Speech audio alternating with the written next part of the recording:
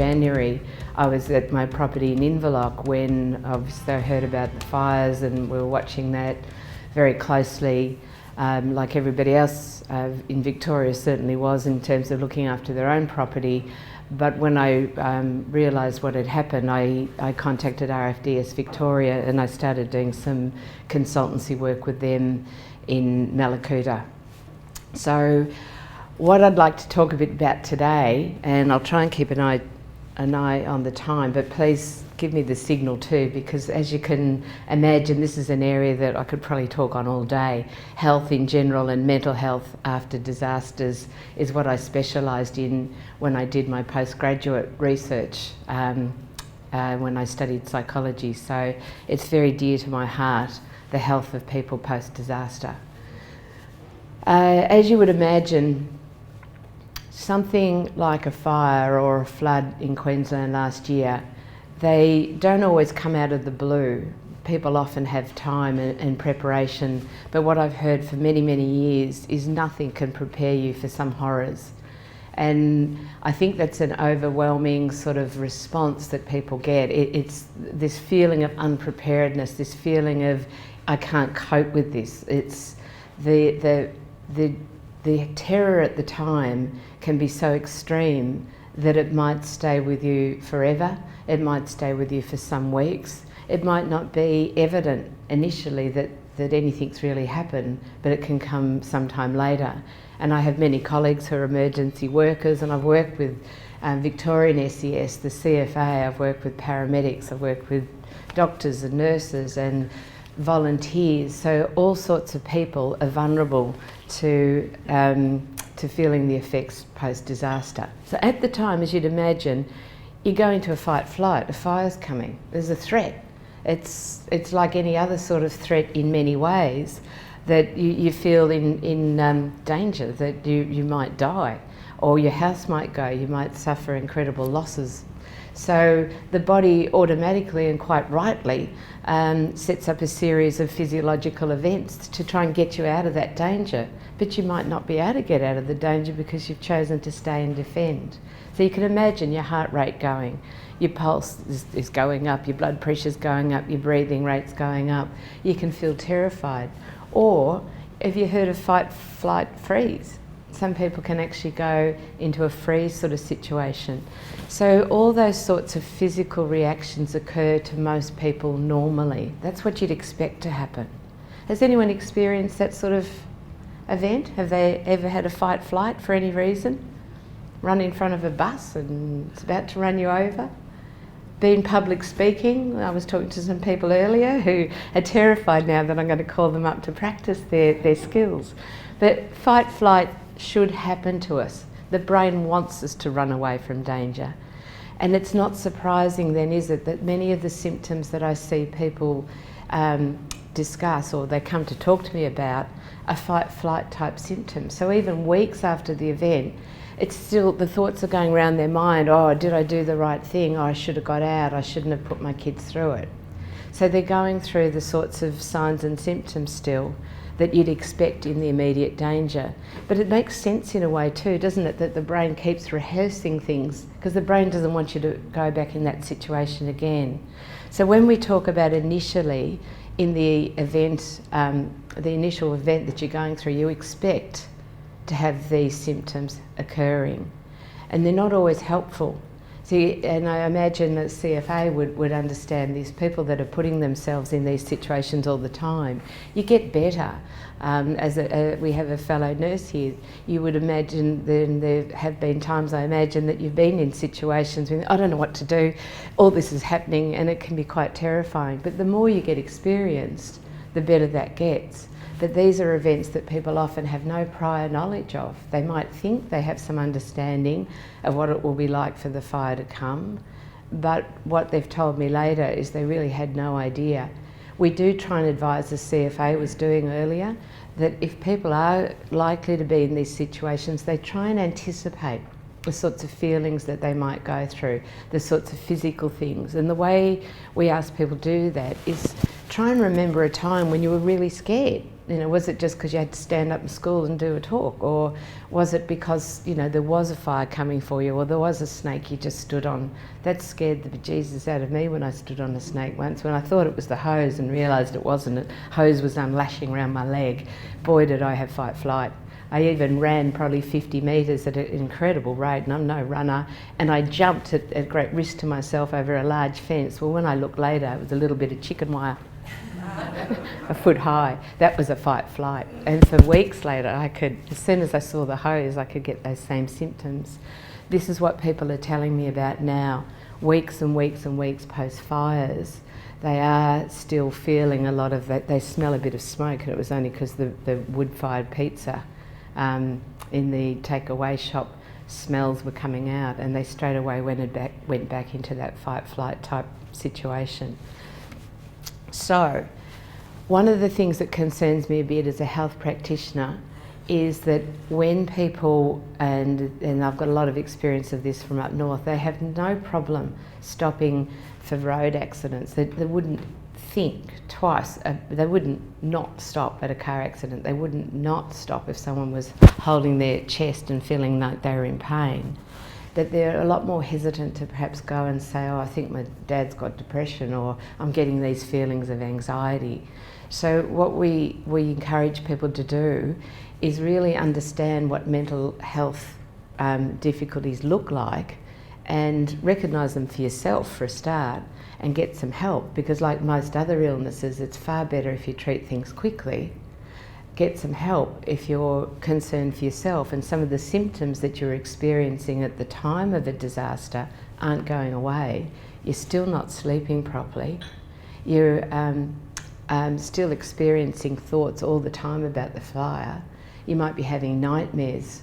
What other sorts of signs and symptoms might you expect when people are trying to recover from fires and disasters and floods and things like that? Isolation, yes. So they're not going out and doing their job the same. They're not mixing with their friends, things like that. Yes, we see that a lot. Absolutely, and you can do that just internally, like nearly go numb, that sort of thing. So people will at the straight after the event will often, I don't want to think about this. I was just mentioning to someone earlier that after the 2009 fires, I felt like I wanted someone to come with a big ute and take away all the chainsaws, because months and months and months after the fires, everyone was still cleaning up and chainsawing, and one woman said to me, I just want him to come and play with the kids, just for 5 minutes. So there is, in some ways, people numb, they try and avoid reminders of the event, or they try and avoid thinking about it themselves, because they really, it's not that they can't cope, it's their way of coping. But it's not normal, and I've heard many people say in the years since Ash Wednesday, it's a new normal. Things will never get back to normal. They have the same sort of, life still. They're going back to the same job, but everything's changed. Anger and domestic violence do go up, and again, so understandable, isn't it? It wasn't my fault that the house burnt down, or it wasn't my fault, this is an uncontrollable thing. And the agitation and the guilt sometimes, I've survived, someone else hasn't, or someone else hasn't. There's a whole tumult of emotions that is going on. So this is some of the areas that I try and help people with, and other mental health clinicians help people with.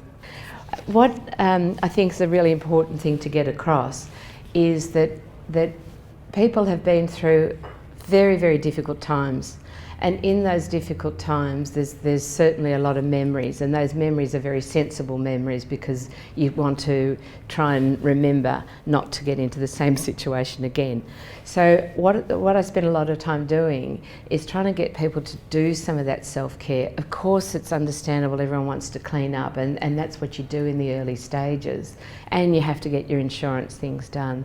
But really, you do need to still try and reset that brain in a way that it's time now that get into a routine. One of the things that goes, and what you see all the time, is that inability for people to say, it's okay, I can go and have a fun night with my friends, I can get some pleasure back, I can take some time off. So if we could increase pleasure in communities devastated by various disasters, that would help, but a lot of people won't let themselves. Same thing happens in depression. It's one of the things to go. Hope goes. They've had enough, they're exhausted. They're so busy trying to just get themselves back to normal and arrange their life again and look after everybody that that everything that used to give them sort of pleasure and enjoyment of life has gone. So we look at things like normal routines again. See if you can sleep better, because sleep's one of the first things to go.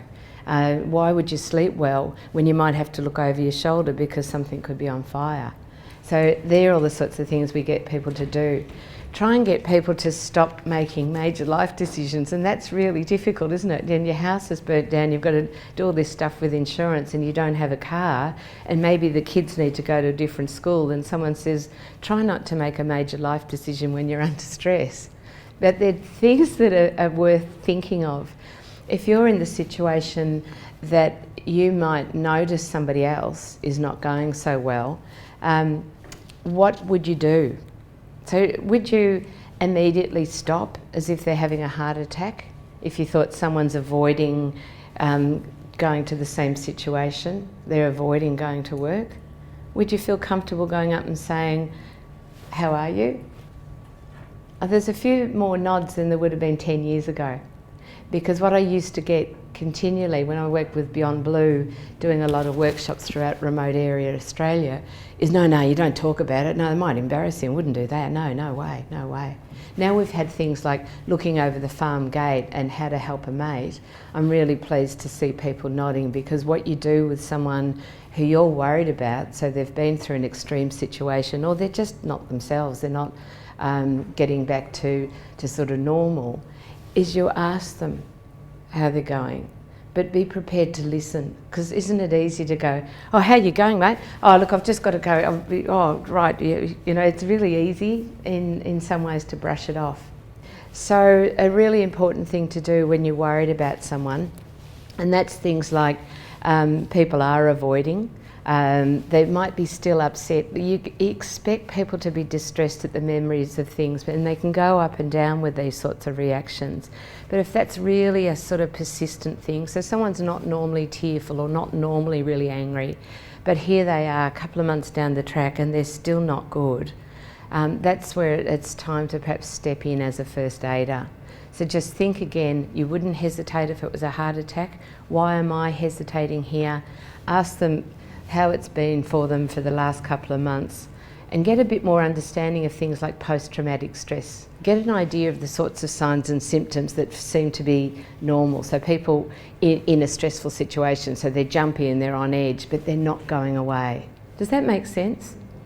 And when you think that their life just hasn't got back to normal, their relationship seems strained, or it's just really interfering with their whole life, that's time to sort of step in and see if there's something else you can do. Have the conversation, and then because you've been here today, even look at some of the suggestions we've got as to where people can get help, because there's a lot of things that I can do in the early stages, and this is still early stages, believe me, particularly when I've worked with war vets and they're trying to get treatment 20 years later or 40 years later. Get it early. So the sorts of things someone like myself can do is help someone get back to sleep. And doesn't that fix a lot of things? If you're sleeping better again, then a lot of the ways that you manage your other symptoms is easier if you're not constantly exhausted. So have the conversation, and then even if you say to someone, look, what about just seeing the GP? Because if you said straight away, oh, I saw this psychologist the other day and she seemed to have some sensible suggestions, I hope I did. But if you don't want to go straight into the mental health, you can say, well, look, it seems like a lot of people around Mallacoota at present, or Buchan or Bairnsdale or wherever, are having difficulty with this and the memories of it. Why don't you see the GP and see if there's something that can be done to help you sleep? So be practical. Just go for the practical first aid type solutions. The sorts of places that might come to mind too are things like Beyond Blue. They've got excellent stuff on their website. There's just even showing you that these sorts of things on reducing stress and how to help with sleep. It's normalising what people are going through. Why wouldn't you still be a bit stressed? Why would you not get better though? Why would you not do some strategies to get some help? So look on those sites yourself. If often it comes to mind if the person doesn't want to go to the GP and you're starting to worry about how depressed they are or how much they're avoiding going out, then it could be something that you might think about Lifeline. So what might be going through your mind if someone has been, I'll give you an example from Queensland, they were needing to shoot millions of cattle. And the people doing it were the ones who were previously caring for the cattle, and it was their property and it's their livelihood that they lost. And here, one of the helicopter pilots said to me one day, I really didn't want to leave him on his porch with his gun after he'd shot his whole livelihood.